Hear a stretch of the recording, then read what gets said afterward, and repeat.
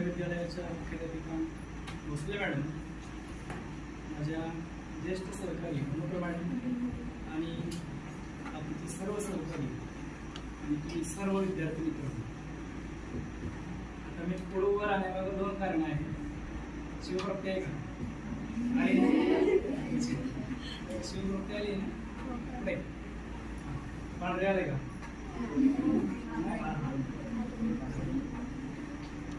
हे दोनच नाही, ते बरेच जण असे असतील की माझा ओरडा खाल्ला असतील,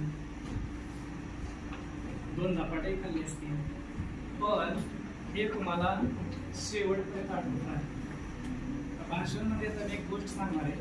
आजपर्यंत बऱ्याच गोष्टी तुम्ही ऐकलेल्या आहेत, पण आज एक अशी गोष्ट आहे की कोणाला उद्देशून नाही. तुम्ही सगळे कोणी मुलं आहात, आमच्या शाळेचं नक्कीच नाव उज्ज्वल करणार आहात.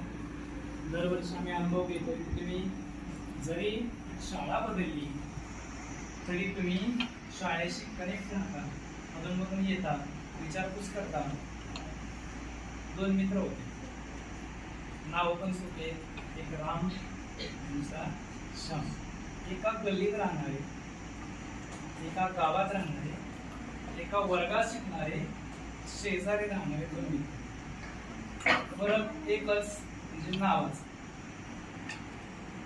गुरुजी तेच, त्यांना दिलेला अभ्यास तोच. फरक काय झाला बघा. रामची दिनचर्या लवकर सकाळी उठायचा, लवकर झोपायचा, दिलेला होमवर्क संध्याकाळी पूर्ण करायचा, गुरुजनांचं आणि आई वडिलांचं सांगितलं ऐकायचं. आणि आणखीन एक महत्वाची गोष्ट म्हणजे तो आज्ञाधारक होता. आता श्याम यांचा उलटा होता, नेहमी प्रत्युत्तर उलट द्यायचं आहे बाबांना. शिक्षकांचं ऐकत नव्हता, होमवर्क करत नव्हता, लवकर झोपत नव्हता, लवकर उठतही नव्हता. याचा परिणाम असा झाला की राम चांगल्या मार्काने 12वी पास झाला, त्याला IIT मध्ये ऍडमिशन मिळालं. श्याम मात्र 12वीत थांबला, नापास. आता काय करणार? नापास झाल्यानंतर पुढे शिक्षणाला संधी नाही. त्याने शाळा सोडून दिली, इतरत्र फिरायला लागला, कट्ट्यावर बसायला लागला, चौकात बसायला लागला. त्या चौकात कोणती मुलं असतात तुम्हाला सगळ्यांना माहिती आहे.